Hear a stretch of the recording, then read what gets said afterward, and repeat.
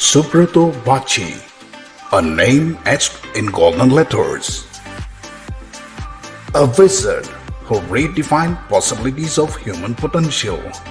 He is talking about challenges of youth development initiatives in the new normal. He is coming online on this Thursday, September 29 at 7 p.m. IST.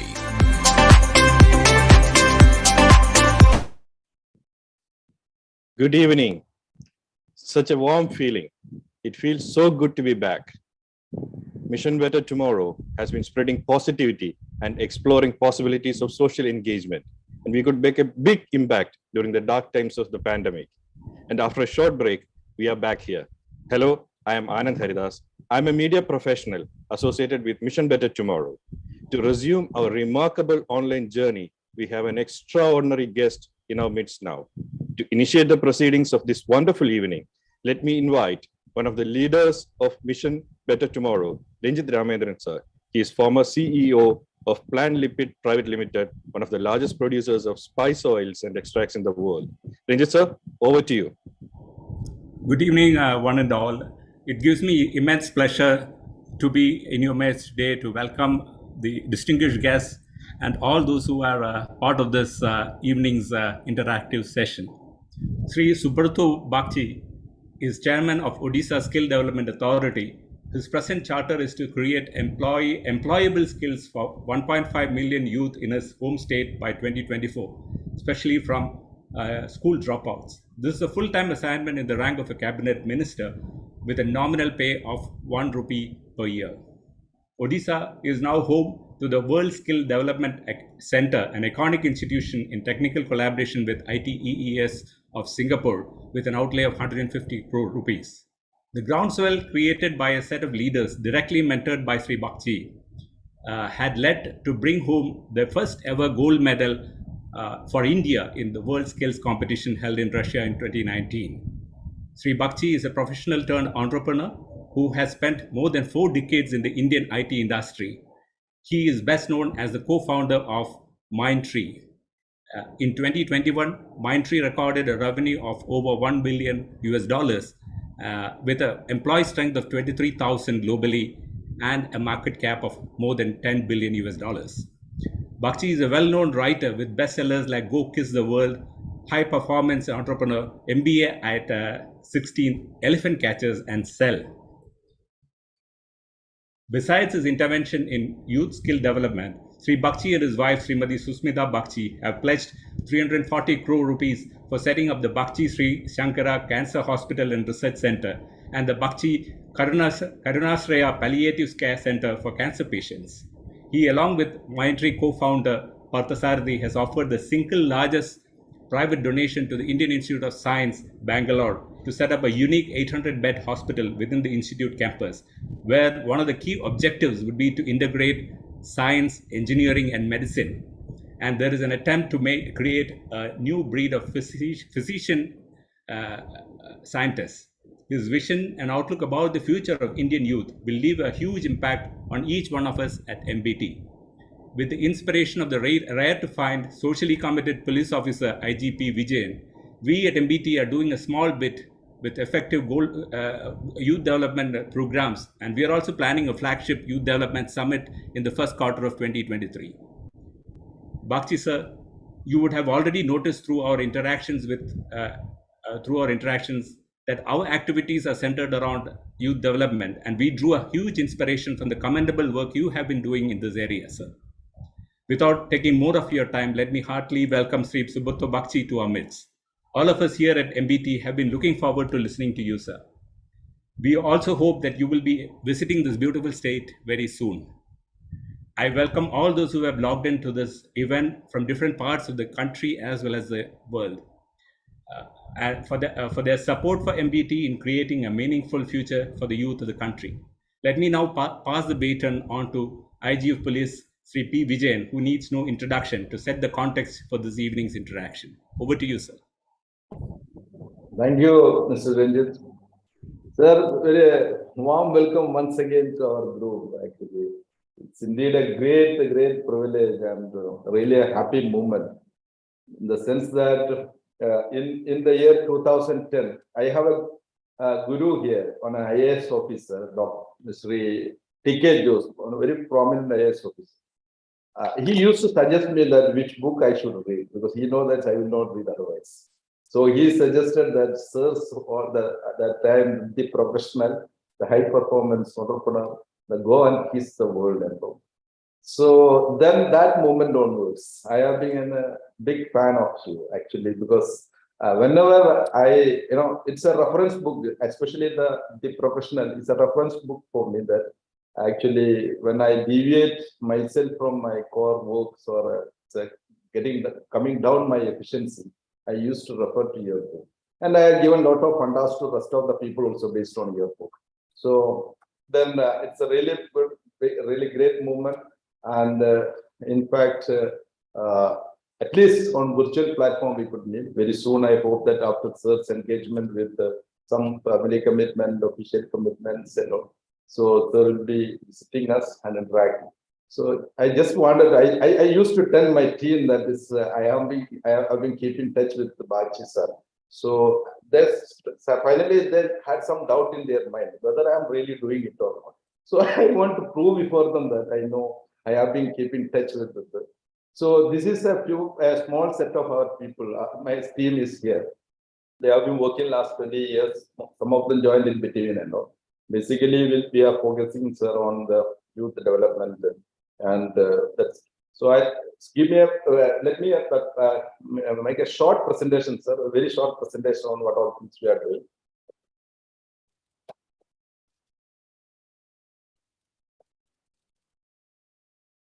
Sir, this largely our experimentations, especially when we speak in front of you, we can't be very, we can't be too much boast about ourselves, because we have done such a big things in there. This basically our experimentations are basic to create a better tomorrow. It's largely focuses on this. The guiding principles are that our children are our future, and the future our tomorrow, and of course tomorrows are created today. And we believe that the problem-oriented, result-focused partnership will be the solution in the 21st century's issues. And being a police officer, I strongly believe, and it is a fact also, all the police personnel are public in uniform, and all the public are police without uniform, because that shows the responsibilities on the both sides. And we have in Kerala Police has initiated a unique division called Social Policing Division. Generally, we used to have even the Honorable Supreme Court of India directed the state governments to constitute two sets of things. One is that the law and order wing, and then this crime wing. We are going to, because Kerala has a different tradition altogether. It is considered to be very good in the social development, especially in social indices and all. We are set up in a third division called Social Policing. It is the policing which is largely based on the trust and justice, rather than basing more on the statistics. So broad area of our intervention is one is the child safety and protection, and education and youth development. Because once Victor Hugo said that when we open a school, we'll be closing, simultaneously we'll be closing a jail or a prison. Then we are focusing on mental health, adolescent mental health. That is any deviations or the weakness in the mental health generally leads to behavioral problems and resulting to the crimes also. And that is the core principle, the area of possibility is promoting democratic policing and 21st century requirements and 21st century policing. And we largely we focus on the civil society engagement and partnership in solving the social issues. So the one such program is maybe having a bit idea about it, is the Student Police Cadet Program, initiated in 2006, taken over by the state government in 2010, and the government of India by 2018. This is a program started in a humble manner, that is to enable our high school students to evolve as responsible and capable citizens by inculcating within them through a very well-designed training program, respect for law, inner capability, self-discipline, civic sense, and empathy towards the vulnerable sections of society, and create an inherent resistance towards social evils such as substance abuse. And this is a partnership-oriented program. The lead partner is the police organization, but it has been it has been done in the schools, education, health, local segment, etc., and UNICEF also. Here, this is which is based on a very well-designed learning program, learning framework. It is we focus on 7 dimensions of a child, basically physical, emotional, ethical, intellectual, entrepreneurial, societal, and environmental dimension. And each one we have designed a the activity, and by performing or carrying out this activity, we expect an individual outcome to that character and a community outcome to the immediate society and a universal outcome, especially in a globalized village, a globalized situation. So far in Kerala alone, we have this program is being implemented in thousands of schools, and over 80,000 cadets are undergoing right now in an SPC program. Over 1.5 lakh children got already trained, and 3,000 police personnel and 2,000 dedicated teachers working for the success of this program. In India, 12,000 schools are implementing this program. Nearly 1 million children are undergoing training SPC program as of now. So another program is that is our responsibility to children. That's also initiated in 2010. Now it has been implemented under the Women and Child Department of Kerala, and it has been taken to other states and other nations by UNICEF. It is basically focusing on the early identification of behavioral, emotional, learning, and other mental health issues, and the social deviations of children. So then we focus on the scientific intervention and reintegration into the mainstream. This is one area. The failure in early identification and scientific corrections often leads to antisocial, anti-national, and sometimes a big burden to the society and family assets. And when we talk from the development point of view, we'll be losing a big chunk of these youngsters or the people who could have been contributed to the national development. HOPE is the program. It is focusing on this failed and dropout children, to help them to clear the academic, to empower them academically and empower them to develop employability skills and 21st century problem solving skills. Because in India, 47 million children are actually not being, according to UNESCO statistics, at least 47 million children are not reaching up to the 10th standard. And we have designed a child-friendly police stations focusing on the protection and care of the children. We have 42 such police stations we converted with for UNICEF and all. Over 10,000 children we are trained in this one. These are the statistics about this. This basically about the children police programs. And then during this, we say that all the programs we generally say the children that we learn to serve is the prime motto. So during the great floods of Kerala and then this pandemic, it has been a great support to the society. Along with that one, during this period, we started a Chiri means smile. Smile is actually a dedicated online platform for this help center for the children in distress. Almost 35,000 calls we received, and 10 very severe cases we could solve during this one. And the online addictions and online abuse against children. We have created 2 things. One is the D-Safe digital safety program to make every parent and teacher as a first responder. And we are now setting up digital de-addiction centers in 6 commissionaires of Kerala. These are some of the change-making initiatives we could do during the COVID period. The children themselves came forward to assist the other children in distress. That's we call children's desk. Then a TV challenge for those who are not having the TV to attend to the classes. We could mobilize around 6,000 TVs and smartphones and distributed. And we educate, we were then a very intense campaign through the children to how to live with the COVID-19. And there's we created a blood donors bank. It's over 3 lakhs blood donors bank we could create, and we could serve the people who are in need. These are then kitchen gardens and all. And that's the children who have been locked down. We have been engaging them to set up kitchen gardens at their home. And we initiated a very interesting, inspiring talk series that is post means positivity and possibilities, exploring positivity and possibilities. It is around 76 weeks we run, and on an average, 3 lakh people used to live attend this program. And there is another initiative, that's Feed a Stomach program, that is to the children, the persons who are on street and homeless, and those bystanders in hospital.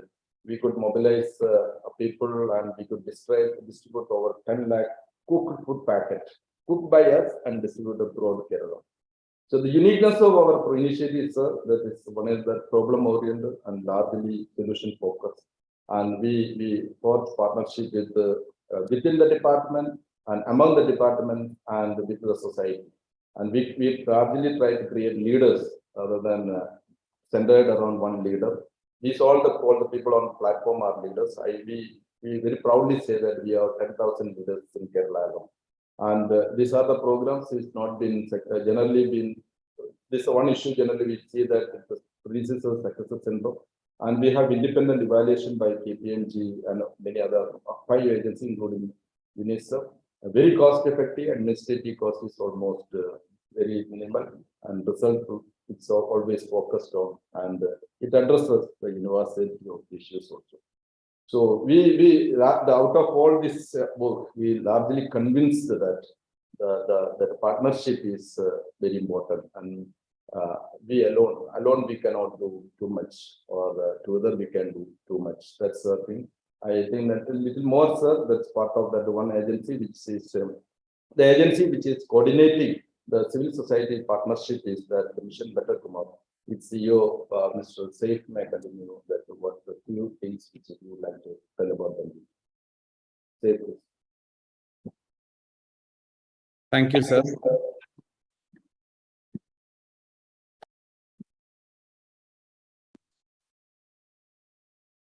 Thank you so much, sir, for taking us through that path-breaking initiatives that we have been doing under your leadership. And indeed, you have proved that the warmth and the personal rapport that you share with Bagchi, sir. And it's a great honor to present Mission Better Tomorrow in an event where a visionary like Bagchi, sir, is the chief guest. And I know that we are all eagerly waiting to listen to Bagchi, sir. So I don't want to take much time, but quickly I'll introduce the Mission Better Tomorrow platform, which is the civil society partner that has been actively, supporting the initiatives that Vijayan sir just presented. Sir, this is, to put in short, this is the platform, or this is the network of all the human resources, which, amounts to hundreds and thousands of people who have been built through the initiatives that Vijayan sir was talking about. This includes the thought leaders, the teachers, the resource persons, the project functionaries, volunteers, beneficiaries. Most of them are hugely, budding youngsters. And in now, over the period, it has evolved as a repository of all the knowledge and knowledge products that we have created over a decade now. And hence it's, carries a legacy of more than 15 years now. And this is now being led by a think tank of professionals from different walks of life. Some of you will be meeting in the program. And some of the initiatives which Vijayan sir has already mentioned, we are acting as the knowledge partner of those programs, sir. The Student Police Cadet Program, the HOPE Program, the Our Responsibility to Children Program, the Child-Friendly Police Stations, another very interesting initiative, which is a unique training program for the police personnel, called the Compassionate Communications and Interventions by Police.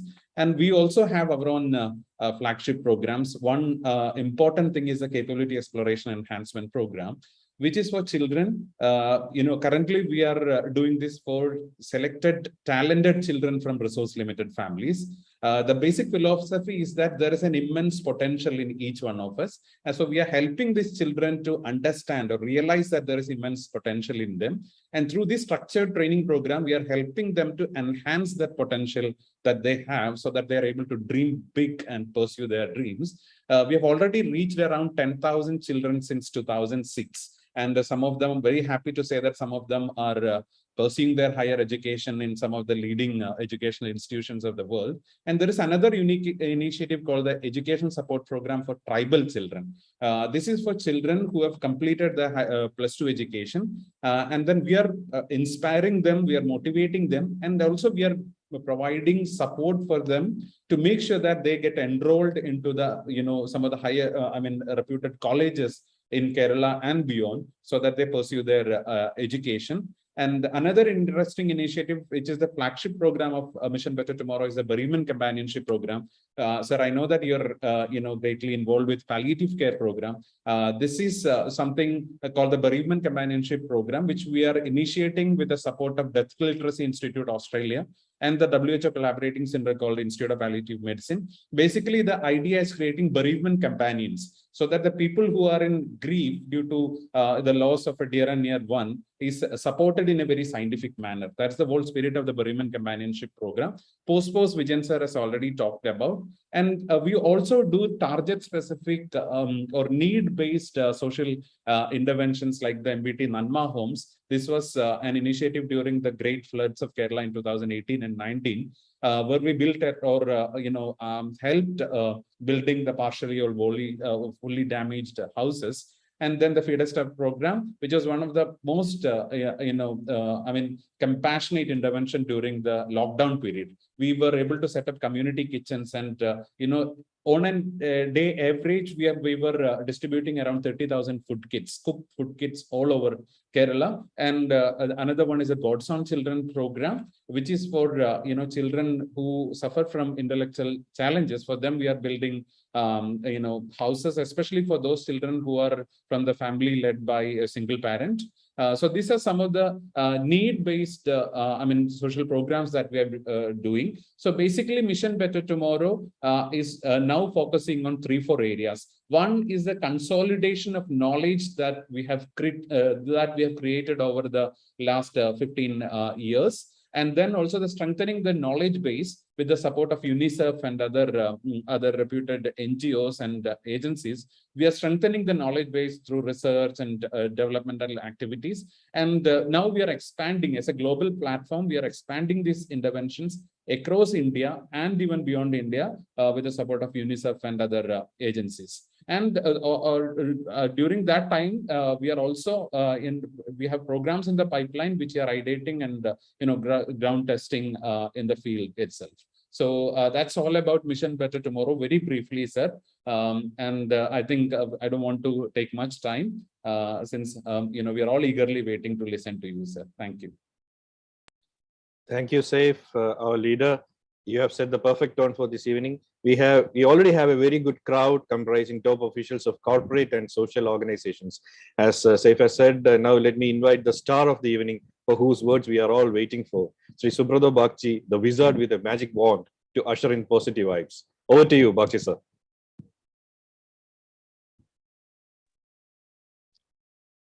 Well, what can I say? I'm just, I'm so deeply touched and also very embarrassed with the kind of adulation that you are showering on me.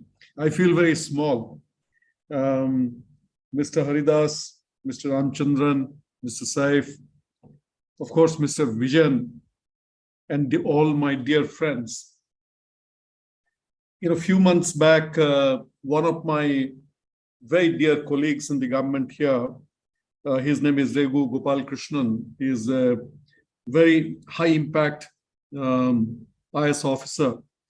He was on election duty to UP. And from there, he sent me a message that Mr. Vijayan is also on election duty there. And Mr. Vijayan was talking about me. And he said, can I connect you to Mr. Vijayan? Now, that was a small introduction, and one thing led to the other. Mr. Vijayan, I immediately, of course, read up about him. And I was saying that there are two kinds of people in the world. One kind of people who take a lot out of life, then they give to life. And here's an officer who is giving more to life than he is taking out of life. So I was very curious to meet him.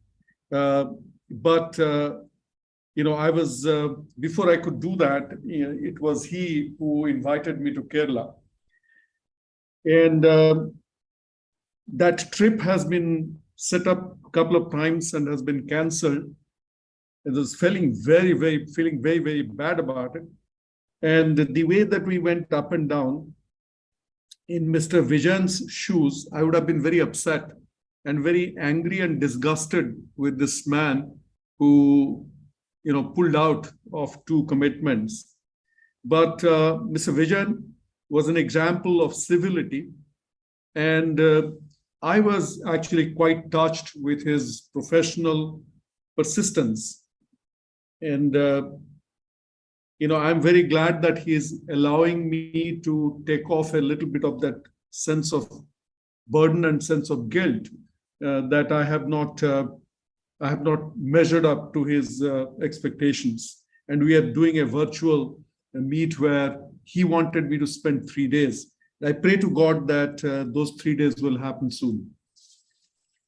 I personally have always deeply admired Kerala. I know if you call anybody outside of Kerala, he will begin with a statement like that. But I'll tell you, both for my wife Sushmita and me, Kerala is a very special place. And each time I go there, I say, if I were born here, I would never go anywhere. Now, it's not just about the beauty of the place, it is about the beauty of the people. It's the beauty of the collective heart of the people of Kerala. When I was writing my book, The Elephant Catchers, I went around this book is about up and how do you build organizations that become big. I wish at that time I had known MBT. Then I would have come to do a case study on you. But I went to Kerala and I was deeply touched with the kind of organizations that have come up in that state. One is Simati Silks, and wherever I go, I talk about branding, I talk about the resilience of an entrepreneur. I talk about organizations that go where nobody has gone before. And I give example of Simati Silks. Then in that course, I also got to research Melam spices, how there is spice and spice and spice, and what makes one company actually brand spice. But this is not all. I also got to meet outstanding people, outstanding patriotic businessmen and women. I, for example, met Ravi of DC Books and many times went and spent time. He actually has translated some of my books and also is translated one of my wife's books. And I also discovered people like Sri Balagopal, who's an ex-IAS officer. Most of you will know him, who formed Penpal, Terumo Penpal to be specific. Now, these are people who show that you can be highly successful individually and also as a society, but also remain very grounded and you can be humble. Now, I think Kerala is an example. People look at Kerala in a very different way than I look at Kerala. The people of Odisha are deeply grateful to Kerala, and I'll tell you the reason. You talked about COVID very briefly. When COVID happened, all of us remember that people were walking on the road. People were, in state of acute distress, where women and children were walking across states. And every migrant was seen as a nuisance by every administration. Every administration saw their own people coming back as nuisance and other people going through their states as nuisance. The Shramik Expresses the trains were then announced, and getting people on that train was a nightmare for many states. So at the chief secretary's level, we had special committees set up to do liaison with different states so that we get our people back. Our Honorable Chief Minister said that if any migrant worker is going through Odisha to Chhattisgarh or to Bihar or to West Bengal, make sure they don't walk on Odisha's territory. The moment they walk into Odisha's border, feed them, clothe them, give them medicine, give them all that is required. And these were not called migrant workers. These people are called guests, and nobody was to walk, vehicles had to be provided for them. While we are doing that, suddenly we got this message that Kerala is sending an express train with Odia workers who work in Kerala. And instead of thinking that these are people carrying the virus, they were given a proper farewell, like a family member is going to a village for a few days. Not only were they seen off at the railway station, each person was given food for the journey, each person was given water for the journey. And this story has touched every Odia heart. The way you people took care of our people in distress actually has left us deeply indebted. Kerala and the Malayali people are very different. Now, let me shift to Mission Better Tomorrow. I think Mission Better Tomorrow is an example for the whole world at many different levels. First and foremost, what makes it very unique is police has a lot of role in it, and in some ways it is police-led. Police is an extremely powerful role model. You know, if you go to any government school, and I'm deliberately saying government school because I work at the bottom of the pyramid, and you ask a child, you know, who's your role model? The role models will be the district collector, the superintendent of police, and if it is a superintendent of police who happens to be a woman and she wears a uniform, then that's just amazing. And then will come people like sportsmen and sportswomen and other people. So even despite all the challenges that we face today as a nation, as a society, the uniform has a special fascination for a young child. Now, not only a police woman and a policeman are outstanding role models, but a program like MBT, when you create and it touches a youth or a child, whatever program you may do, but in the entire lifespan of that person, it is unlikely that that person will have a brush with the law. I think that's the most significant achievement. India has per capita the highest number of laws. Our constitution is the largest in the world. We have per capita the highest number of courts, lawyers, regulators, and yet we probably are not the most compliant society or compliant country. So we need people who actually imbibe citizenship in a very different way, and MBT actually delivers that. It does that, it provides that transformative touch by which that person will not have a brush with law. But law cannot deliver everything. Beyond law, we need something else. Law cannot be a substitute for character. Today, we have the highest per capita law in the world, but our crisis is a crisis of character. But MBT, through the police and public citizenship, patriotic businessman, that combination is actually building a very unique thing, which is citizenship with character. It is not just law. We are building citizens who hopefully build such character that they don't need to actually worry about the law. Now, you are a great public initiative. You're an example for not just India, but I think the rest of the world. So the question is, when you build great public initiatives, what goes into it? Many things go into it, obviously, but there are 5 things that are critical for enduring public initiatives. But at the core of a great public initiative must be desire for what we call permanent change. It's an oxymoron. How can change be permanent?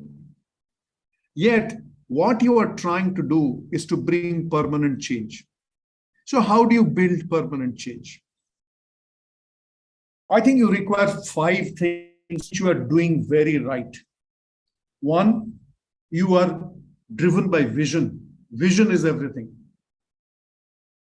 Vision comes from the Latin word videre, which is the ability to see.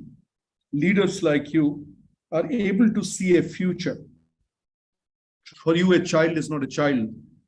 Just as Mr. Vijan said, and he always says, the child is our future. And when you see a child, you are seeing 40, 50, 60, 70 years. You're not seeing it for yourself, but you are seeing 70 years ahead of this child. So vision, the ability to see beyond here and now, is critical. The second thing that is critical is building a vision community. A lot of people can see a vision, but that vision remains a vision because they have not been able to build a community around that vision. And what you have done, and this all that we are experiencing right now, it is about a community. And Mr. Vijan keeps talking about not one leader, but a network of leaders. That's a vision community. And that vision community is also inherently it is all about inclusion. You include everybody into the journey. The third thing that is required is immaculate implementation. We Indians actually falter on that. We have great vision. Sometimes you're able to create a vision community, but it's hard work after that. It's not hard work as spikes. We again do a good job of that. But it is nitty-gritty stuff. When you build Kochi Metro, it is one brick at a time. It's one rod to be bent at a time. Okay. So whether it is you're building that or you're executing God's own country, you are handling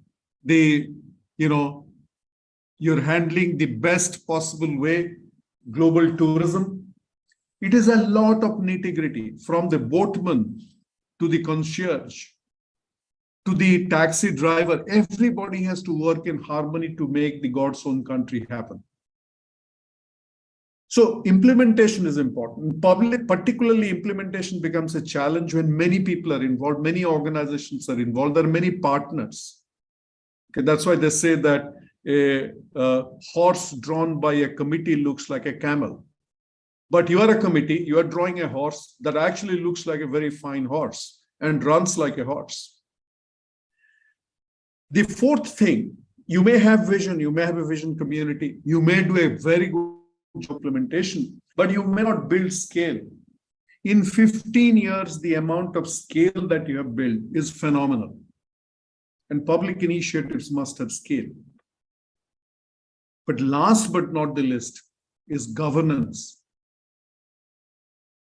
In India, institutional failures happen because of governance reason, not because of competence reason. There are very competent people in India. Actually, India has more competent people than we need. But where we have difficulty is governance.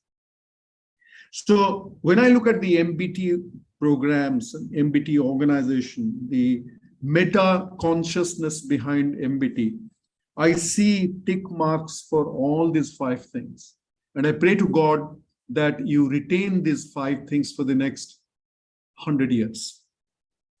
Project Hope, our responsibility to children, the Student Police Cadet program, the SEEP program, Capability Exploration Enhancement program, the Compassionate Communication program, the Child Friendly Police Station, and the Bereavement Companionship program.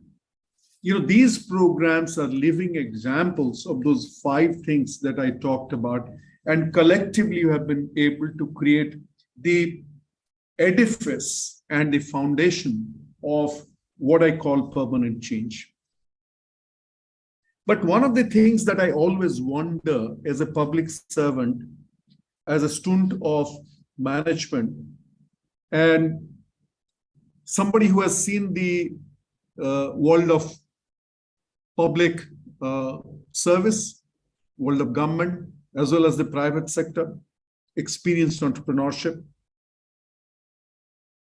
Somebody like me who is fascinated with the idea of impact making. I always ask, what is it that is required for making great impact? You know, whether it is the Kutumbashri program that you people have, the ASP program that you have, the literacy program that you ran, for which, you know, Kerala has become where it is. Whether it is the Grameen Bank program of Muhammad Yunus, and you know, programs like this. So what goes into their success? What are the couple of very unique things about them that cause impact? And broadly, I found two things. One I found very interestingly is greater the distance between the leader and the beneficiary in anything that you do. Greater the distance between the leader and the beneficiary, higher is the chance of impact making. So if I do the same program for my village, I'll have so much of impact. Same program I do for the entire Kerala, just because I'm committing myself to that. Okay? Because the size of the inclusion becomes larger. And here I don't mean scale. I don't mean desire for scale. Let me give you another example so you'll understand probably a little better. So I want to teach my own child. Very good idea. Today, nobody has time for their own children, but I want to take 2 hours every night and I want to teach my child. I will make an impact, no question about it. But if I say alongside my child, I'll also call the child's friend in the neighborhood and teach both the kids together, then the distance is a little further between me and that beneficiary. Now I go further and say, on Sundays, why am I just teaching my child and my child's friend? On Sundays, I'll get my maid's friend, my maid's child, not maid's friend, my maid's child also to join. Now, suddenly, the zone of impact is widening. And then one day you say, no, this is not enough. If I can give this time, let me now call kids from the nearby slum and also get them into this math class. So you see, when Muhammad Yunus tried his experimentation with the whole idea of microfinance, he was not trying to impact his near and dear ones. The beneficiaries were unknown to him.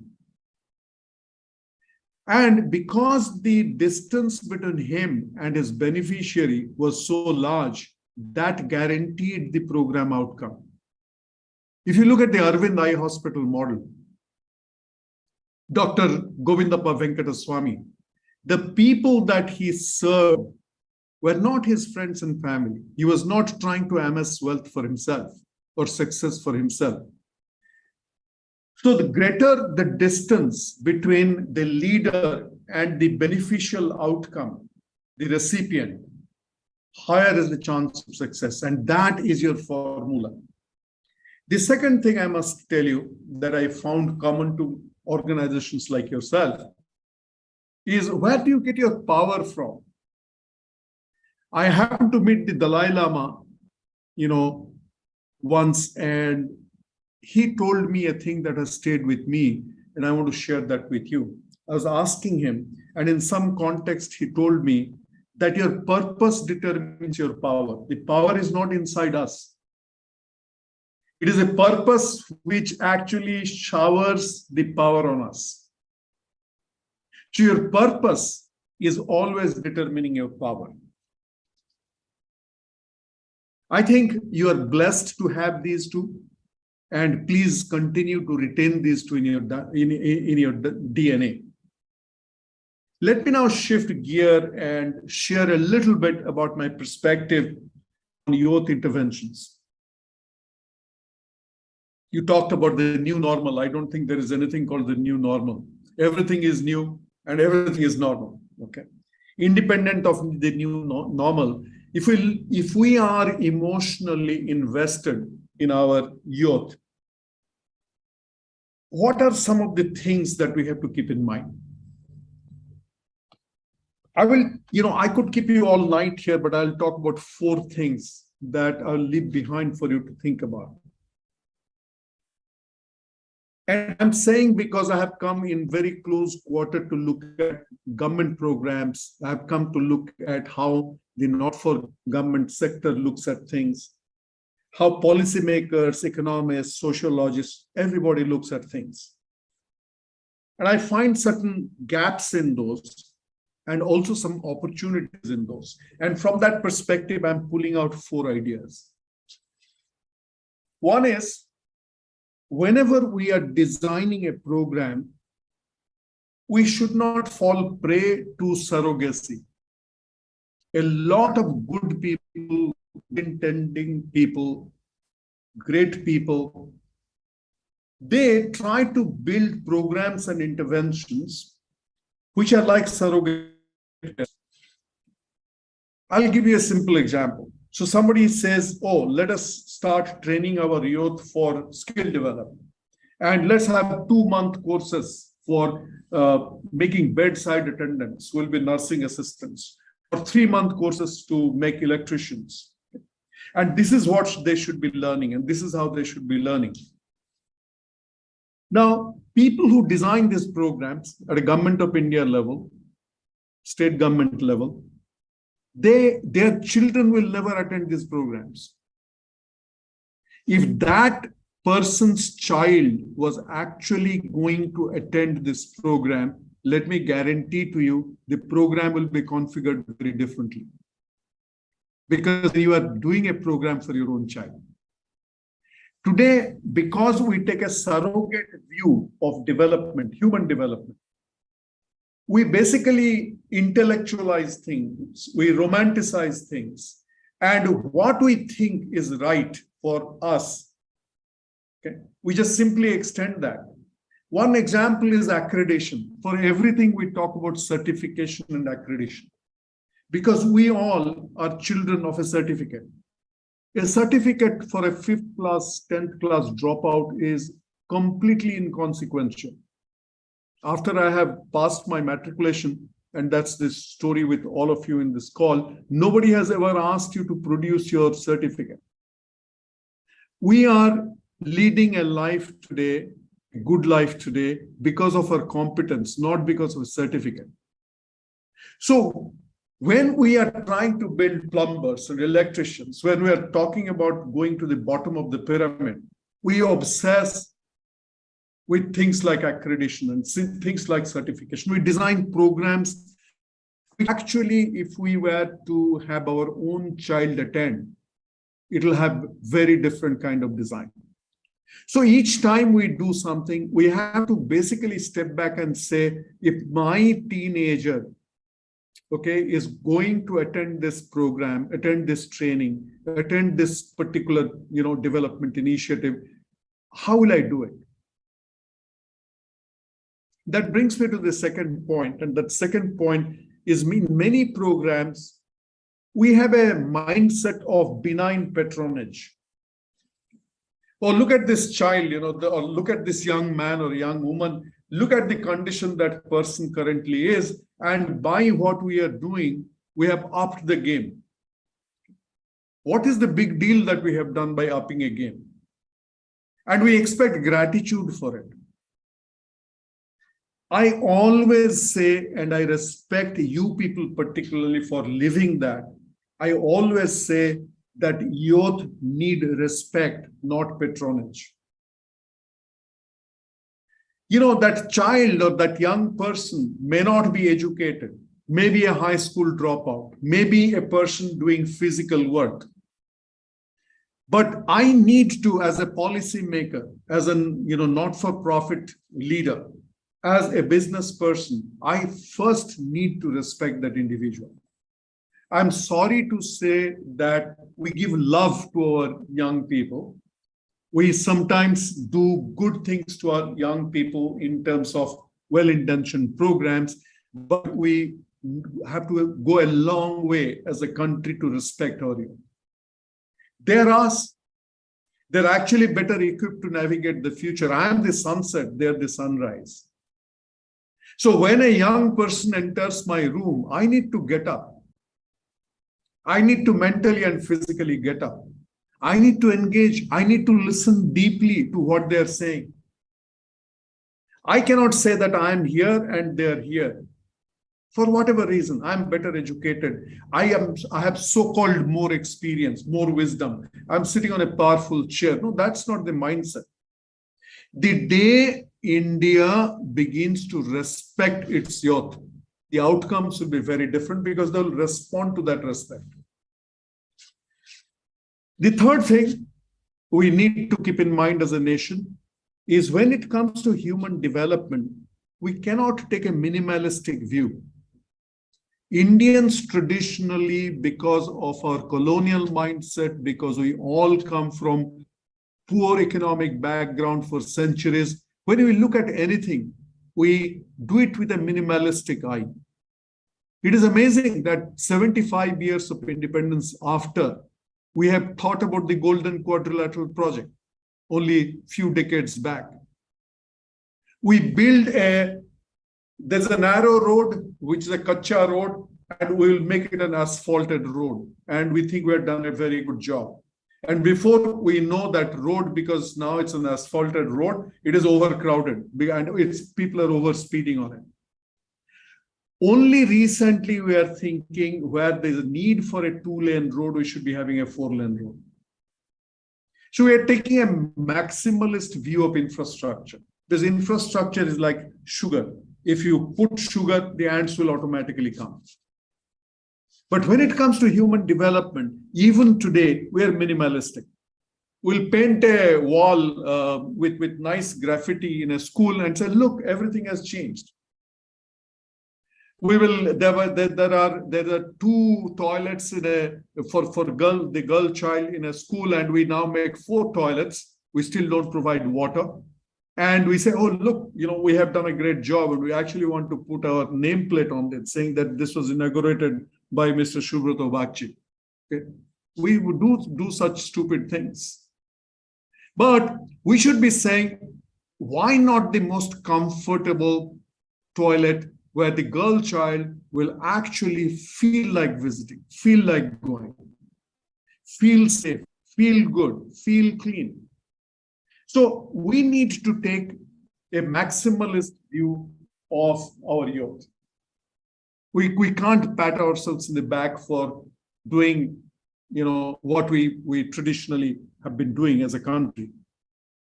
The fourth thing, my friends, is obsession with input measurement and not obsession with output measurement. We run a government program, and we immediately will call the good-looking people from the Big 4 firm and say we need an impact assessment to be done. You do a 6-month training program, and you want to know how many people have been placed. So it's good to look at the input-output ratio in things.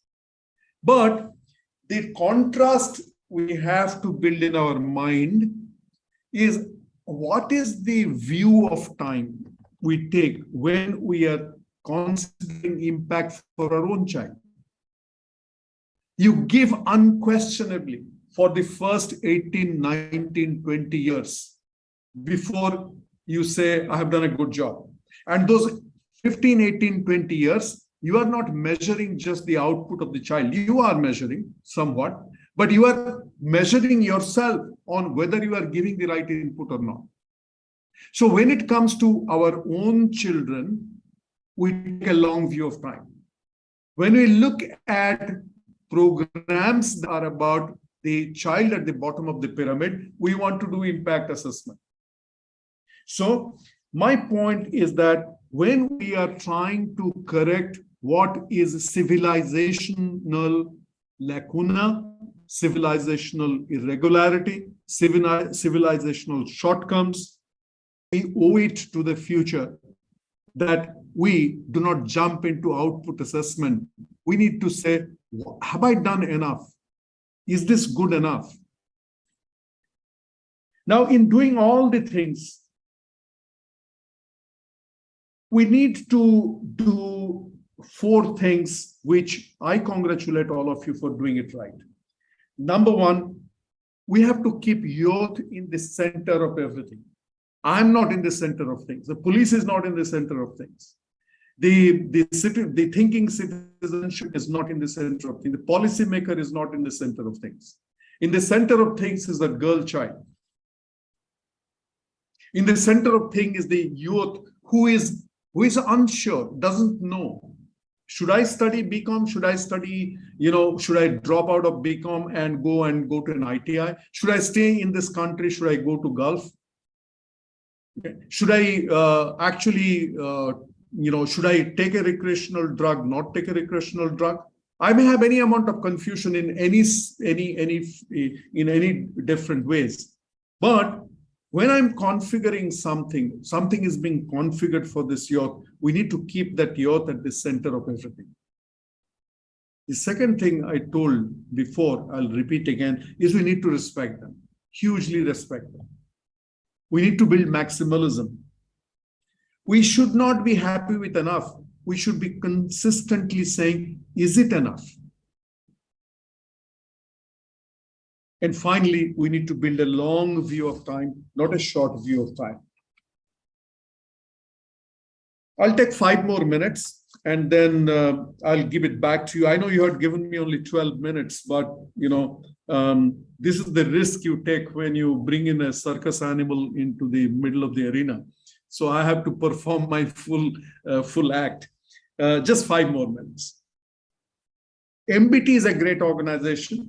And when I look at organizations like yours, whether for profit, not for profit, I see that they need to reinvent themselves every 5 years. The Japanese believe that organizations and people die every 5 years. Death is not a physical finality. We decay. Our half-life is over in 2 years, 3 years' time, and we actually die. So the trick is to regenerate ourselves every 5 years. That is why you have 5-year plans. That is why the wise people have said that the assembly and the parliament election should happen every 5 years. So your utility gets over. So every 5 years, we need to reinvent ourselves in terms of basically 7 things, which I consider to be the 7 horses of the chariot that must run in the same direction, at the same time, with the same speed.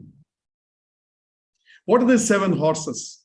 The domain, the tools you use, the methodology you build, the quality that you factor in, innovation that you think about, and branding that you do. And last but not the least, the 7th horse is governance. So it is not enough to have domain capability. It's not enough to have great tools. It's not enough to have great methodology. It's not enough to have great standards of quality today, or innovation, or branding, or governance. In each of those 7 areas, I need to say, what is my as-is condition today? What should be my should-be condition? And what is my final entitlement? What level at which I should be operating? Now, I'm very confident that you will do a great job, because I see the exercise that you are currently doing is an exercise in rediscovering and saying, are we ready for 2030? We are good for today, but are we ready for 2030? How will the world change? How will the country change? How will Kerala change? And in that, if I keep youth in the center of things, how must that youth be prepared for the future? What is it that we can do for our youth? I think that we need to tell every young person that you are a decision maker.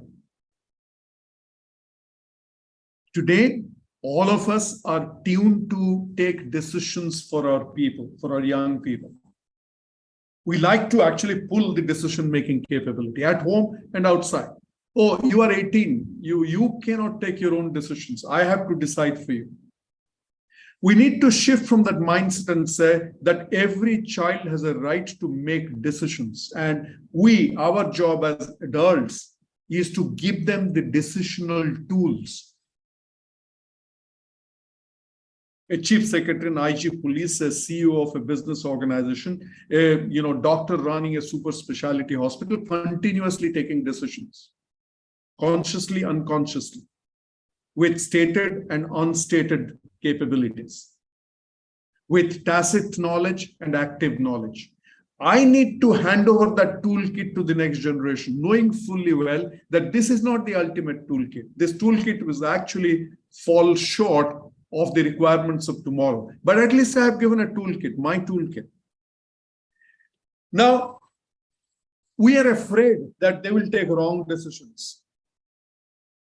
We don't need to patronize. We don't need to be worried. We need to say you have a right to make wrong decisions, because only when they make their own wrong decisions that they will make the right decisions. Our job as elders is to tell not about decisions, but to tell about the consequence of those decisions. The choices made by them, experienced by them, and as far as we know, we have to be sense makers to this generation and say, as far as we can say, if you took this decision, these are some of the potential outcomes, and I must have the humility to say, I don't know it all, but know that when you make a choice, you also choose the consequences. The second thing we have to really significantly step up as a nation is gender equality. We use that term very loosely. And I think we should move out of gender equality. I'm making a very potent statement here.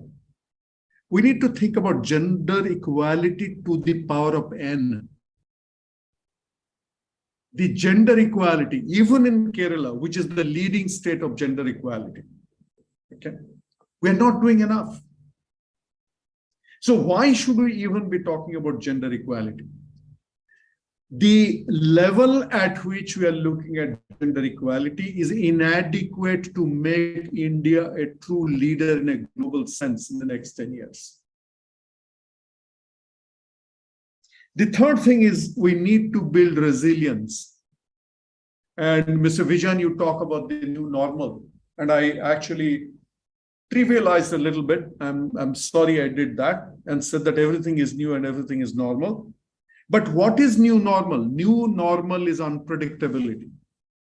After 9/11 happened, somebody told me that we live in times when there is a high probability that a low probability thing will happen. There's a high probability that a low probability thing will happen. And we thrives on that statement. So if there's a high probability in my life as a 18-year-old that a low probability thing will happen, how do I build resilience? Resilience is not a life skill. Resilience is an important lifelong lesson on learning to learn. If I'm around, if I'm available, if I've landed on my 2 feet, if I can, after landing, see the landscape and still say, something looks familiar, I'll be out of it. So we need to build intellectual resilience. We need to build emotional resilience. We need to make people capable of material resilience. So resilience must be a key theme for youth interventions. It's been a lovely evening. You are great people. All I can say is in your hands, give the youth of today not binoculars, but telescopes. Thank you very much. Thank you, sir. Thank you. We are at a loss on what to say, because in your short presentation, you said you are giving a full performance, but we just got a glimpse of what you have to offer. And that itself is overwhelming for us. As Ranjit sir said in the beginning, the words that we have just listened to will go a long way in inspiring Mission Better Tomorrow's journey. And you have repeatedly stressed upon giving youth the highlight in whatever we do. And to give you a brief idea about what we are working on now, let me invite VC John. He's a lead for sustainability innovation at Accenture, and right now the engine for our mission to create a better tomorrow. VC, over to you. Thank you, Anand. And I think when you say overwhelmed, it's an understatement. I've had the privilege and pleasure of seeing Bagchi sir in action over the last decade, especially when he spoke on microfinance as a panelist at Singapore FinTech Festival a few years ago. One of the things that struck me most was how alike you and Richard Feynman are in the ability to simplify profound thinking. And I think that's amazing. And Feynman very famously said the first principle for any growth thought or growth thinking is that you must not fool yourself, and you are the easiest person to fool. And I think at the heart of what we're trying to do with the reinvention or reimagination of MBT and its future, and you talked about 5-year cycles, we are overdue with that reinvention and reimagining. And I think this pause session is really about presenting to you where we are at. A lot of what you said resonates deeply in our hearts. And I think when we think about the larger frame, it's essentially about the world's largest youth transformation program in the context of MBT. It's us practicing what we preach, putting our effort and our resources where our mouth is, move away from rhetoric to actual impact. And I think we are at the cusp of being able to scale it at a level where we even further increase that distance between the leader and the impact zones. And I think that some of the incredible insights that you brought in resonates with us.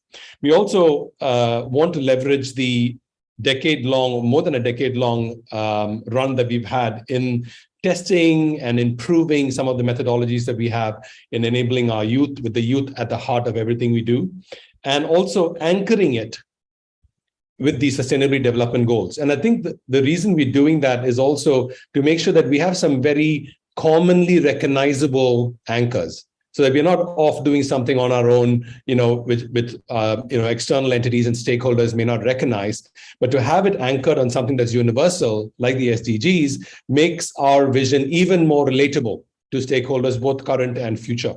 And so I think a lot of what we're trying to do right now is to ensure that we socialize, we federate, and we also decentralize the way the vision is owned by the largest stakeholder group, especially the young people. And it is classic. We really can't have a sharing session without slides, so I will use my props in a minute. But I thought I'll just do a setup before I get there. I think the Youth Development Summit is eventually about engaging young Indians to shape the country's future destiny, and thereby the future, the outcomes, not for us in the immediate and the short term, but perhaps for our children's children. And we want to be bold, and I'm quoting IG Vijayan here. We want to be bold about dreaming big, not to restrict ourselves and being the obstacle for ourselves with our limited thinking. So we're really shooting for the stars now, because we believe the time has come to do so, but to do it in a way that's constructive and do it in a way that's measurable and also responsible, with accountability built into it. Now, what we're trying to do essentially is also ensuring that we respect that journey that the young people are meant to be on.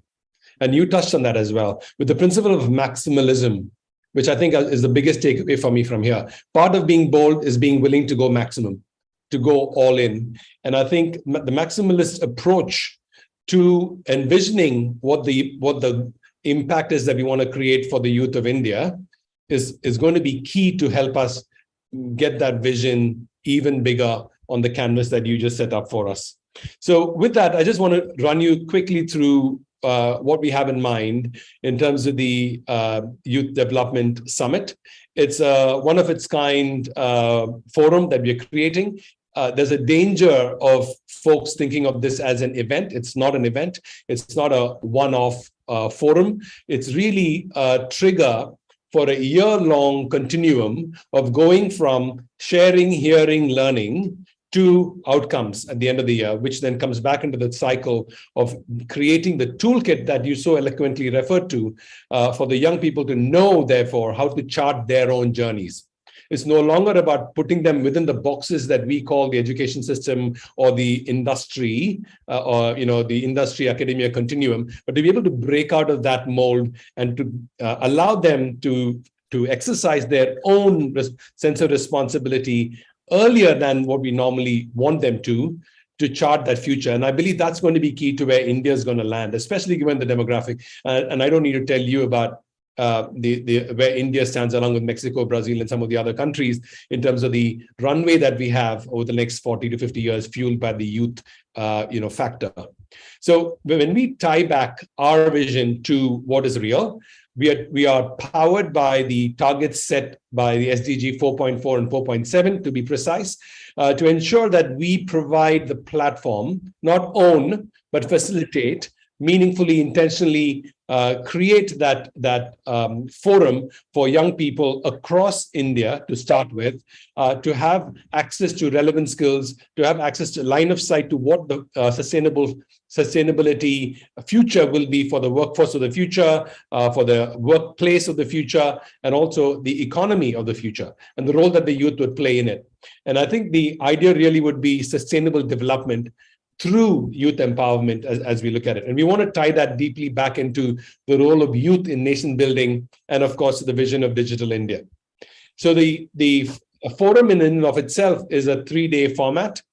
It's about bringing together the captains of industry, academia, and the governance diaspora, as well as the youth, who are ultimately the beneficiary of it. It's for both the parties, and I call them both because one is, of course, well past their half-life, and the other is getting to the place where they're beginning to figure out what life is. And we want to create that interaction, that dialogue, which then triggers learning, triggers owning of that journey. We want to create the forum to create coming together of winning ideas that solve real-world problems, with youth being part of the solution, both in terms of ownership but also activation. And this will lead to an incubation program owned by youth organizations, government agencies. I mean, for example, we're very privileged to have folks from CII, among others, who are very keen to get involved, and we're already looking at mechanisms to make that happen in a very meaningful way. We have social influencers who've come to the party right now to say, how can we get involved? What are the natural, sustainable ways in which we can make that happen? And also profiling MBT for that next level in terms of our own journey to be the platform for achieving that sustainable future for India by enabling our youth. So if we think about this in terms of the skills development focus on one hand, and the value creation focus, which is the impact on the other hand, there are 3 stages in our 5-year journey that we're looking at, which goes from expanding the legacy and the success that we had, not just resting on laurels and doing the same, continuing to do the same, but to actually build on that, to scale that, to become the connector between the youth and meaningful opportunities for learning, for growth, for actualizing potential, not just for themselves, but also for society within India, but also to bring corporates to that journey. Because a lot of corporates are comfortable just working with their CSR, hiding behind the CSR initiatives. I think there's a lot more room for corporates to pivot as part of their sustainable charter to be involved with youth development. And we really want to hold their feet to the fire as MBT to say, we're going to provide you the platform. Will you put your money where your mouth is? And not just about the finances. I mean, I'm just using a metaphor, but really to come to the place where they're playing their role in helping the youth get that access to the toolbox that we just spoke about earlier. So for me, I think the ecosystem advantage that we want to take put in place really is to bring these stakeholder groups together to focus on 5 areas of positive youth development. And these 5 areas is basically about contributing to society, to economy, and self, being able to take charge of what that means for themselves, but also to impact the reduction of the risk and problem behaviors that we're seeing, especially with unemployment on the rise. And again, I don't need to give you those details. I mean, I'm sure you're painfully aware of some of those metrics there. So the 5 areas that we want to focus on includes competency building, confidence building, character building, network or connection building, and most importantly, caring, to genuinely show the youth that it is really about them. It's not about them being a via media. It's not about them being a means to an end, but empowering them is our end, is our goal. And with this charter in mind, we want to forge ahead, and we want your blessings, sir, and also in any way, shape, or form for your guidance, continuing guidance as we embark on this next 5-year journey that we are on. Over to you, sir, and also Anand, back to you for your moderation. Thank you, VC. Now it's, as you have rightly said, now we have to go back to Bagchi sir, because we just had a glimpse of his amazing vision. Our journey is on, and we have a lot more to learn from him. Let me just, please allow me to invite the members of team Mission Better Tomorrow to pose some questions related to the subject that we are discussing today. First, let me invite Dr. Mujib Rahman. He is one of the leading surgeons in Kerala and a social activist who has touched lives of many hundreds. Mujib sir, are you online? Yeah. Thank you, Anand. Thank you. Sir, please go ahead with your question, sir. Thank you much, sir. Very impactful talk. We had a lot of takeaways. Sir, you were talking about impact assessment or the negativity of impact assessment. It's very tough and almost impossible to measure the outcome of social interventions. From your outstanding experience in this field, in this sector, how do we tackle this? How can we quantify or calculate the outcome of social interventions, especially in the sector of youth development? What is your opinion regarding how can we do that? So we need to have some impact assessment also. So, I will give you what I have done all my life, and it's a very simple thing. It's so simple that it may sound, stupid to people sometimes. Whenever I make impact assessment for young people, I first ask, whatever I'm trying to do, would I do it if this child was my child? Okay. So that's the starting point. That's the touchstone. A lot of clarity will come the moment you say, my child, this is my child. Okay, or think about the 18-year-old, 13-year-old, 6-year-old you have at home. Would I be actually doing the Excel sheet and PowerPoint presentation? Would I be doing, would I be calling the big four? What is it that I'll be doing? You are doing impact assessment all the time for your child. Okay, are you getting a consultant? Are you intellectualizing? Are you romanticizing? No. So the starting point is this my child?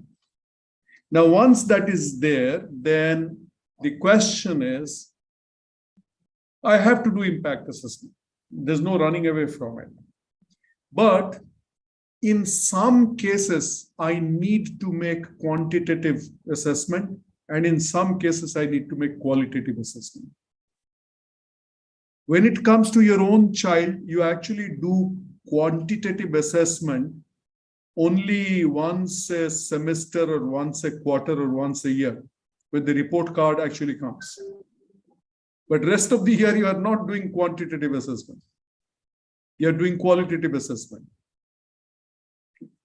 Is she behaving well? Is she talking nicely to her grandpa? Is she nice to me? Is she actually demonstrating good character, knowing fully well you can't define character? Is she ethical? Okay. Is she happy? So when it comes to my own child, I do quantitative, but once, twice, thrice a year, but mostly I'm doing qualitative assessment. The other point is to know where to measure input and where to measure output. Input assessment versus output assessment. So when it comes to my own child, I'm obsessed with inputs. I'm not obsessed with outputs. How? Has that child eaten today nicely or not? Input assessment.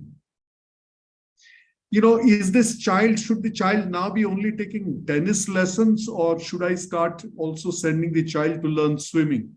Input assessment. We're not doing output assessment saying, okay, so, in how much, seconds that I'm not standing with a stopwatch at the end of that, swimming track. So this child is today going to an English medium school. Now, the neighbors' kids are going to an IB school. I should be thinking about sending this kid to an IB school. Input assessment, not output assessment. So assessments are important. But when doing assessment, I need to know where to do input assessment and output assessment, where to do quantitative assessment versus qualitative assessment. We do all these things very differently for our own kid. When it comes to our own kid, we take a long view of time. When it comes to somebody else's kid, we take a short view of time, where I don't have patience. So my response, doctor, is, you are a doctor, you are a great doctor.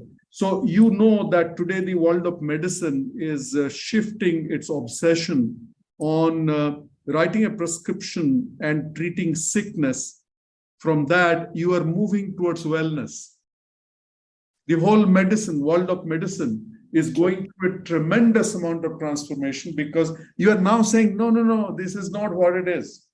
Can I make my patient? The issue is not the quantity of life, it is the quality of life. The issue is the wellness, overall wellness. The issue is not just, getting a prescription drug and lowering the temperature or getting better with this or that. We need to do that. I know I'm sounding a little philosophical, but, but that is what. So thank you, sir. Thank you. Thank you. Thank you, sir. Now we have Manoj Kumar Jha. He's an edupreneur from New Delhi. He's making some remarkable positive interventions in the field of education. Manojji, are you online? Yes, good evening, Anand. Good Manoj, evening, please Bagchi sir. So before asking a question, let me assess myself whether I'm a good student of yours or not.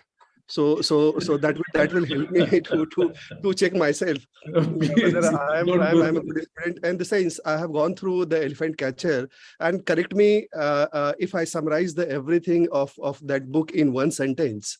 So it is more about the capacity building rather than merely solving the problem. So is it so, sir? Yes, it is. So it means I can be a good student of yours. Why I say so, sir? Because your you can say the presence in the category of mentor will help us in the capacity building. So we missed the opportunity to you can say hear you in the Kerala, but definitely our core team is likely to visit to Odisha to request you that if you could do a entire day workshop for us, how to do a capacity building, so that we can achieve the next level. I can deliver the best out of whatever we have imagined, designed, everything. So my next question to you, sir, that for us, what is your advice that if we have to build, you can say the staircase of capacity building, being experienced and we consider you as a mentor of MBT, that what is your advice to create a kind of a staircase for capacity building so that we can deliver whatever we have envisioned for the next level, you can say? Well, first of all, you talked about being a student, and if I say that I'm your student, in many ways I am, then I have failed your question. Okay. It is very difficult to give an answer to a question like that in a short span of time. And frankly, it's your greatness that you say I'm a mentor and things like that. I have limited experience. I've been largely in the IT industry, last almost 7 years been with the government, and I have some collective experience. That's about all. And I've seen how some great leaders think because I had the opportunity to work closely with them. But coming back to your question, I know very little actually about your organization, and I would hesitate to give you a prescription at the drop of a hat like that. It'll be a superfluous thing. So please excuse me don't put me on the mat with a question like that. So if I've disappointed you, Manoj, I'm very sorry about it. It's not about disappointments. I definitely will catch you very soon because that's the only thing that I was thinking is, you showed the 7 C's, which I think are a very powerful construct. Okay, the 7 C's in the earlier chart that we're seeing. And immediately the thought came to my mind is that the 7 C's we need to say are for what? Okay. If you could in one word say, what are the 7 C's collectively delivering? I think it will be a great peg.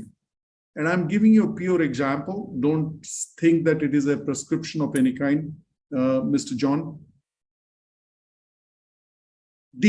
For some reason, the thought that crossed my mind very intuitively is, if I do the 7 C's right, I will get the D right. Okay. And the D here is decision-making capability. Life is all about decisional capability. What the youth require is decisional capability. The moment, if I look at 2 kids, I'll give you this example. It's a Odisha example and then Kerala example. We teach sewing machine operators on how to use high-speed garment manufacturing machines. And many of them go to Kerala. Girls, young girls, never stepped foot outside their homes. Wherever you see this demographic profile, migrant arriving, there is a guy waiting at the railway station to take them to the factory, but there are 4 guys waiting. One guy is waiting to sell cell phones. One guy is waiting to become brother. Okay, they know from which village these girls are coming. Okay, another guy would be there to, promise something. Okay, so there are people who are ready at the arriving point with temptations. Okay. I show you a smartphone and say that I'll only charge you 2,000 rupees per month.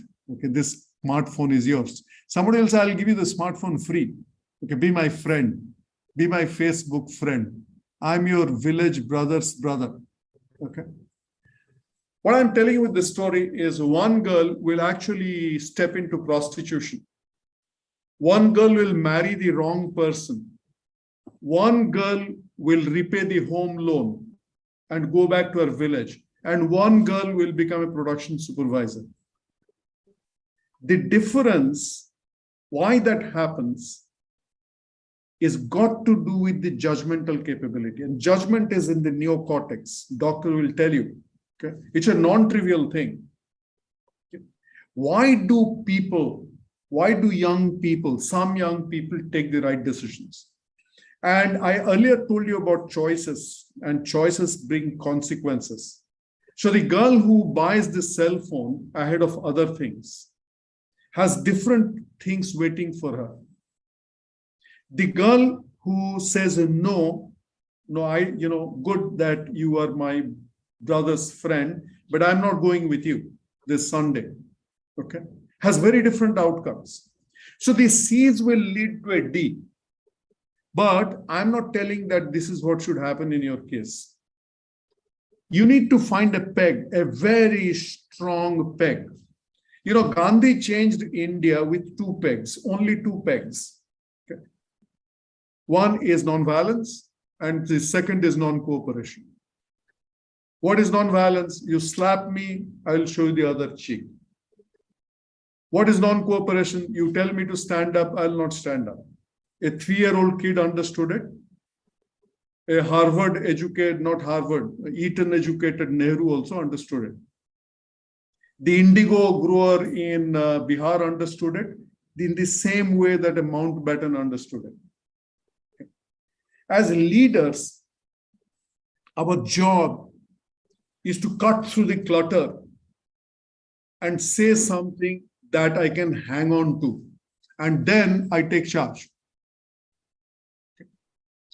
So when we were building a new campus for Mindtree as the hub for the global education initiative, I met Dr. Pankaj Chandra of Ahmedabad University, and our people made elaborate presentations very impressive presentations to him.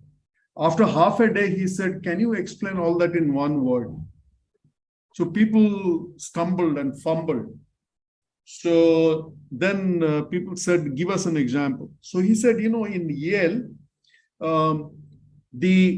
the one thing Yale stands for, no, I'm sorry, not Yale. He talked about UPenn.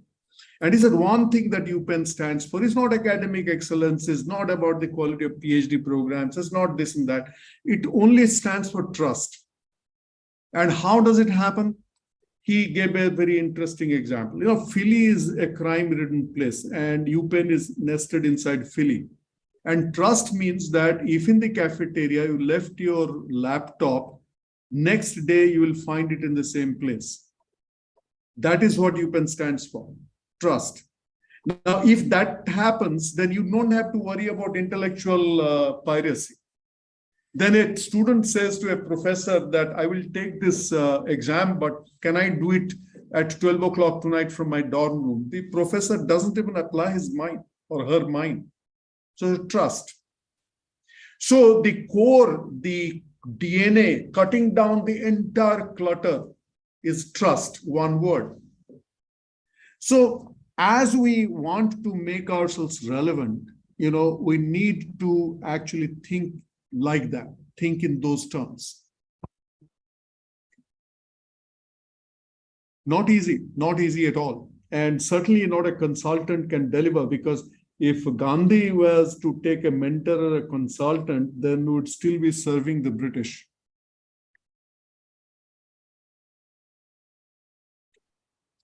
Thank you, sir. Thank you, sir. Rightly said, and that reminds to you can say my father's word. And I am from a very remote village of the Jharkhand, and once my father visited to Delhi, and he gave me the one you can say line advice that I don't know much about the business and all, and especially I don't know what you do, but one thing I can say that just try to earn goodwill, and if you earn the goodwill, rest of the things will happen automatically. Amazing, Thank you. He cut through the clutter. He cut through the clutter. That is why fathers are always right. And mothers are even more right. Okay. Thank you, sir. Yeah, next we have Dr. Aisha Ashraf. She is a trustee of the VKM Trust and a voluntary medical officer at the VKM School for Children with Special Needs. Dr. Aisha, please. Thank you, Anand sir. Good evening, Bagchi sir. It's a great honor to have you here. So my question, let me just straight away cut it to the question. You've identified three main pillars for building an institution, such as physical infrastructure, intellectual infrastructure, emotional infrastructure. However, our experience shows that we lag behind in building emotional infrastructure. Does this explain that why we're not able to have premium academic and intellectual institutions, research institutions that can match our intellectual potential? So this is interesting. So Dr. Aisha has done homework before coming here, because I didn't use those words, and she clearly has read up something that I have worked on in separate context. Yes, so Dr. Aisha, you're entirely right. We want to set up an engineering college, and so the first thing we do is bring in black money. In the middle of a paddy field or a wheat field, we set up a huge, impressive building. That's physical infrastructure.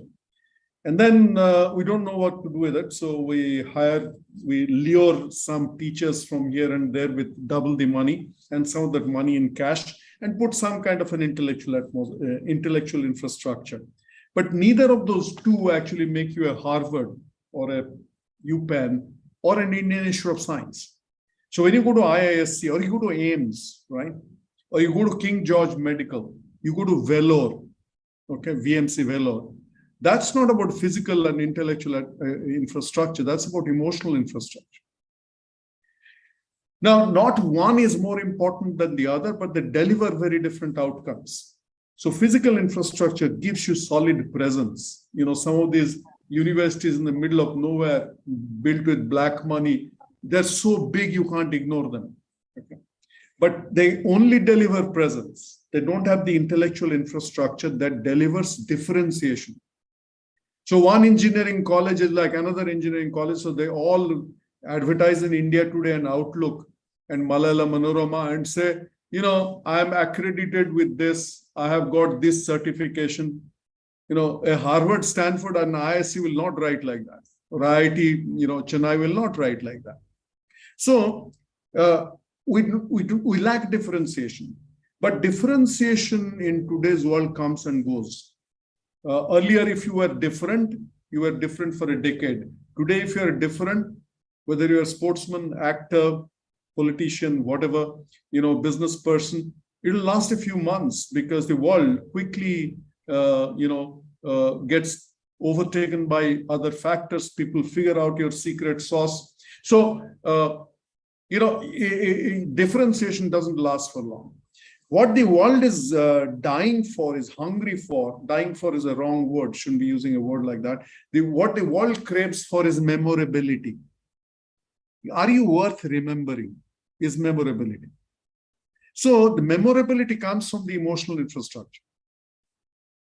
What is binding all of you to this call is, physically you don't even exist. What is MBT? It's not even physically, existing, right?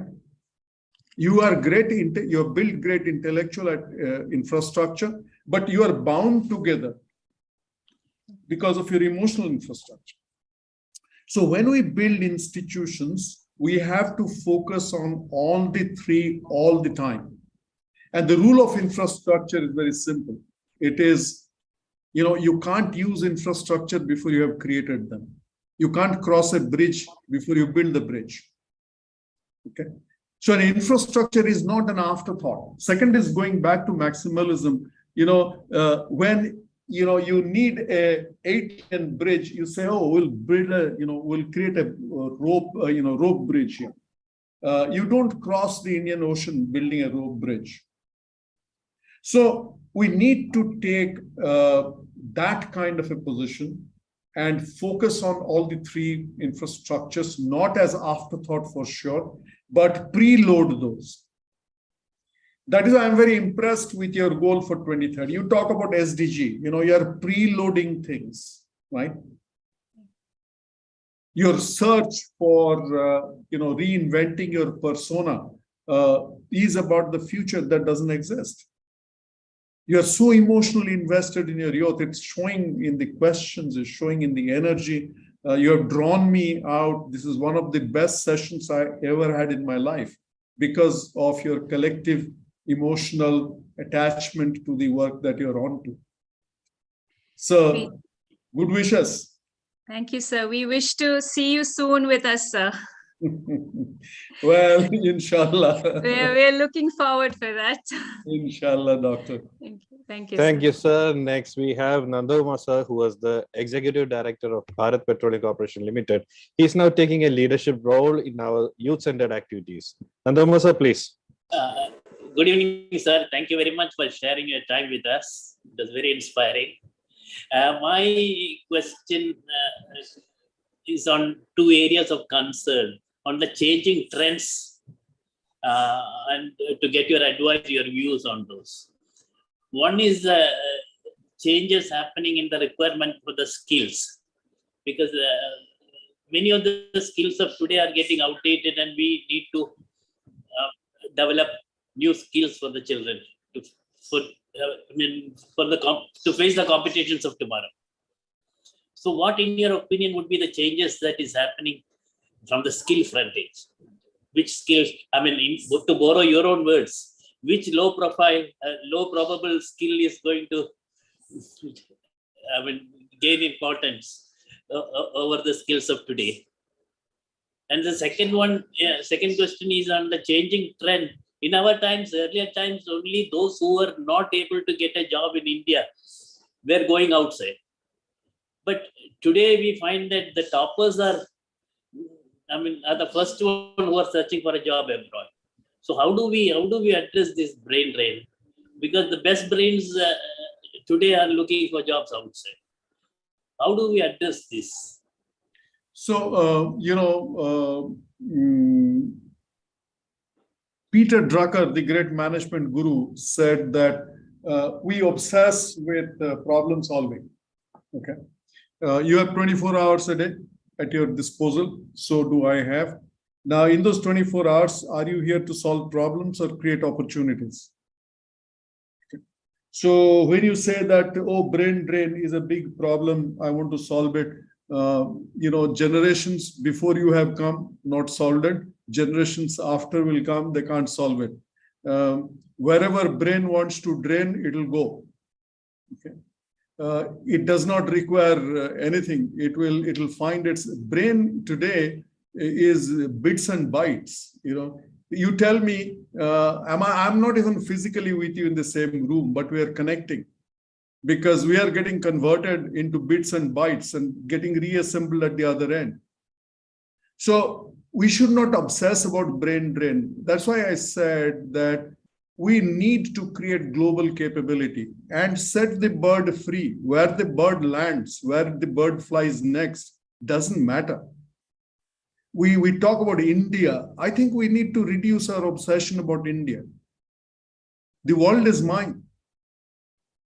And the world is mine not in a hegemonistic way, not in a dominant way. Let our children go and make a big difference in South Africa. Gandhi would not have become Gandhi if he didn't travel to Africa. Africa met Gandhi. Okay. Today, the Malalas of the world are making world leaders listen to them. Does she belong to Pakistan? Does she belong to England? Or does she belong to the whole world? She belongs to actually the entire consciousness of a generation. So don't worry about brain drain, build a maximalist view of that. Don't try to solve problems. And you talk about skills. By the way, that low probability thing I was telling you about was in a different context. I was talking about, resilience for constant change and said low probability that a high probability thing will happen. No, sorry. I said high probability that a low probability thing will happen. So COVID was a low probability thing, but it happened and changed the whole world. Okay. Whoever thought that Russia will go and invade Ukraine, okay, 6 months before, no great commentator predicted it. Okay. Gig economy, nobody predicted it. Great sociologists, economists, the different, great think tanks, nobody predicted it. So that is what we mean by saying that there is a high probability that low probability thing will happen. Now you talk about skills. I think, we need to think about skills, and I'm oversimplifying this here, we need to think of skills in terms of creating globally relevant youth. If I produce a welder, that welder should be the best subsea welder anywhere in the world. A welder in India gets 10,000 rupees, 15,000 rupees of salary. The same welder in Singapore fixing a ship by wearing a scuba gear and doing actually welding gets $60,000. The same subsea welder in California gets $100,000. The crane operator of Singapore port, Singapore has the second largest container port in the world, critical to Singapore's GDP. And critical to that city is the crane operator. The efficiency of the crane operator determines the efficiency of the ship loading and unloading and getting before time out of the port. Okay, so that guy takes home $34,000. So how do we create plumbers, electricians, technicians who are actually good for the world? Doesn't matter where they will go. Let them go. Kerala proved it, no? We didn't keep the Keralites at home. We didn't keep the Kerala nurse at home. We did not keep all the Kerala, whatever they do in West Asia. We didn't keep them home. So coming back to skills, making them globally relevant is important. Creating resilience capability in them important. Giving them digital capability is important without trivializing it. Digital capability is not about, the kind of stuff we teach them. That kind of stuff that we teach in typical skill development programs is not relevant because the kids will figure it out anyway. So the other very important thing is gender. Boys must know how to behave like girls. I'll give you a very simple example. Oman is a country will not think in terms of gender equality, but what Oman is doing is they're doing two things. One is they have realized that IoT, Internet of Things, and robotics and artificial intelligence, all this will mean that so-called dangerous jobs can be done by women. Okay. Today, to drive a Volvo truck, you don't need a muscular guy. You require a thinking person. Okay. You require somebody who is focused. You require somebody who is attentive. Okay. Who's a better decision maker, because there's more software in a Volvo truck than in a small aeroplane. Okay.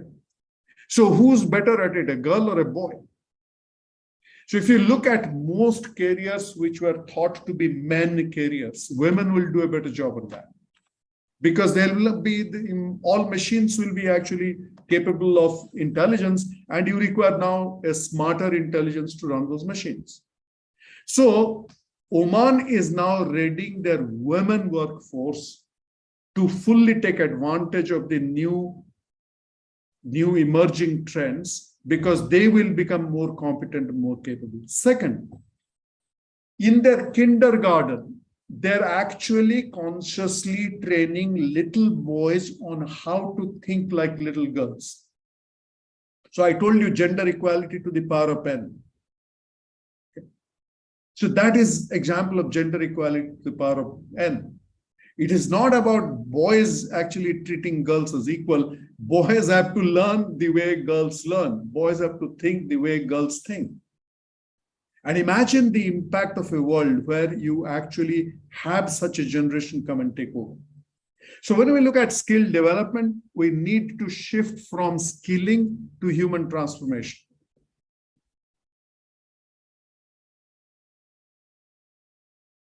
Thank you, sir. Thank you, sir. Thank you, sir. And we'll take just one more question. We have Mohammed Qasim. He has retired from Kerala Police as the Deputy Superintendent of Police. And since then, he has been leading social intervention programs of Mission Better Tomorrow in the Northwestern Kerala. Qasim, sir.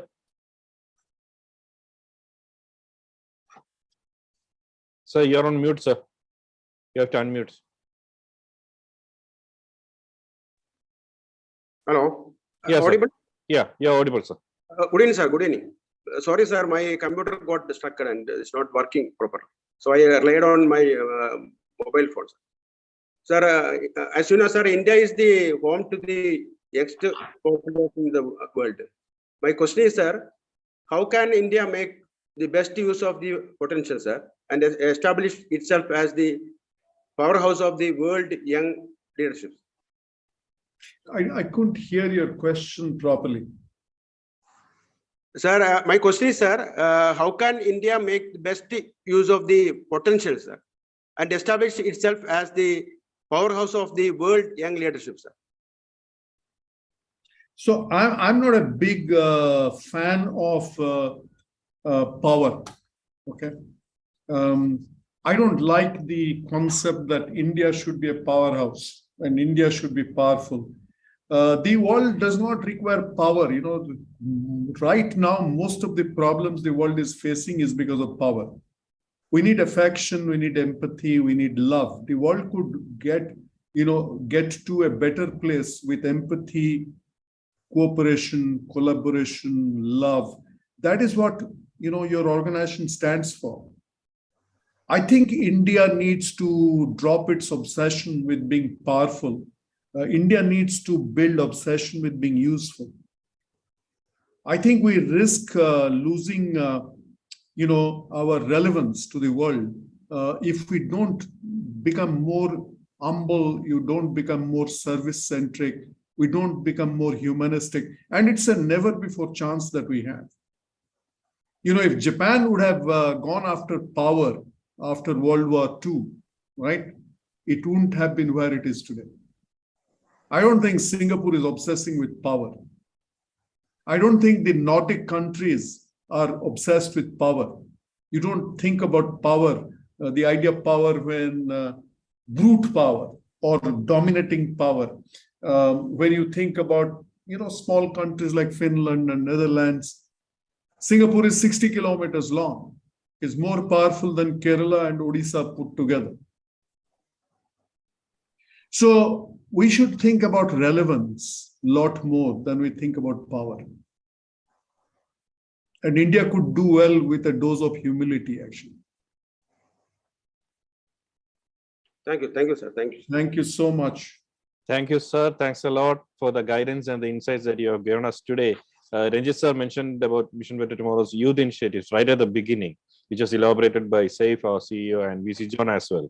So I think it will be interesting for Ranjit sir to put in a quick word about the interaction, the wonderful interaction that we just now witnessed before we conclude the session. Ranjit sir? Ranjit sir, you're on mute. Thank you for that inspiring session, almost 2 hours of inspiring interaction. And it is, we are all overwhelmed, I should say. So we want to give the telescope, as you rightly said, to the youth. And to do that, I mean, we are a set of dedicated, passionate people who are here in MBT. We have some time-tested programs, and we also have a pipeline of ideas which we want to convert into programs which are useful for the youth of the country. And we want to scale up. Like you said, the scaling up is very important, and we want to scale up. We want to go pan-India. We want to go, I mean, at a later stage, we want to have a global outlook as well. So we want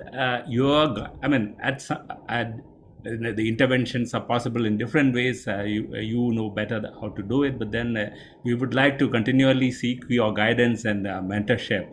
I think Manoj mentioned the word mentorship, but maybe I should be using a different word. But then I mean, the way you have put things in the right perspective, I'm sure we will be very rich with your guidance, and we will look forward to that, sir. Thank you very much. Thank you very much. And, you know, good luck. God bless. May you continue to be the change that you are, and the world needs more people like you. Thank you so much. Thank you. Anand, you are on mute. Thank you, sir. Thank you so much. Thank you, sir. Thank you, sir, for the exclusive session that you have given us. We are blessed to have you here. As also said, when you feel the pain, you are alive, and when you feel the pain of others, you are a human being. I'm sure you made us realize what better human beings are today. So to sum up the session, I invite Engineer Ananda Maniji, who dons many hats, and he's one of our beacons. Maniji, over to you. Good evening. Before officially moving, this should be one of the longest and the interesting talk Mission Better Tomorrow has had. I hope Vijayan sir, you have given a. No, you like. Do you have anything to step in? No, please carry on. Just Okay. Yeah. Okay. So to the official vote of thanks, respected Police IG Sri P. Vijayan IPS, Honorable Speaker Mr. Subroto Bagchi, the valuable participants from all across the globe, and my own team at Mission Better Tomorrow. It's a great honor and responsibility to thank Mr. Subroto Bagchi by delivering the vote of thanks today on this unique occasion and this fine evening. Mr. Bagchi, hope you remember your visit to Taikon the year prior to COVID, and it was at that time when I met you first along with Ravi and Mr. Balagopal. In our Mission Better Tomorrow is today truly blessed by a gracious presence, and we had an amazing time with you with a lot of takeaways.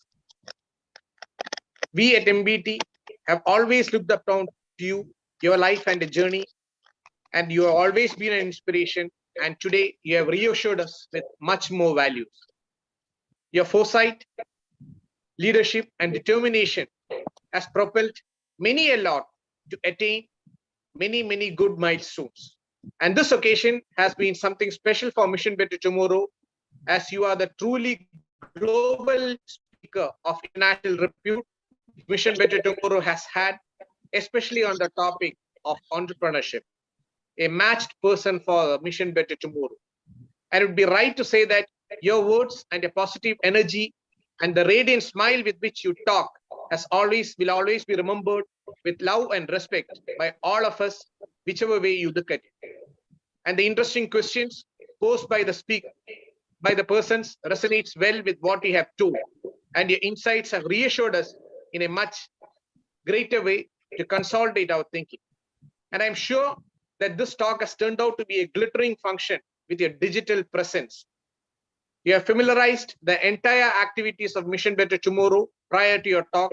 Sincere thanks to you, Mr. Bagchi, on behalf of Mission Better Tomorrow, and my sincere thanks to the entire Mission Better team for coordinating the entire activities today in the way how it was made possible today in the best possible manner by fine-tuning the sequence of events throughout. We are grateful to you and the entire team, and we are really delighted, and to the entire audience also who's viewing this talk across the globe. Sincere thanks and a profuse thanks for accepting our invitation, sir, Mr. Bagchi, for addressing us. And a huge big thank you to the entire audience before I wind up. And with these words, I sum up my vote of thanks, and I wish to mention we have a lots of pleasure for the team at Mission Better Tomorrow, and I hereby wrap up my vote of thanks. Thank you. Thank you. Thank you. Okay, see you, sir. Good night. Good night. Thank you.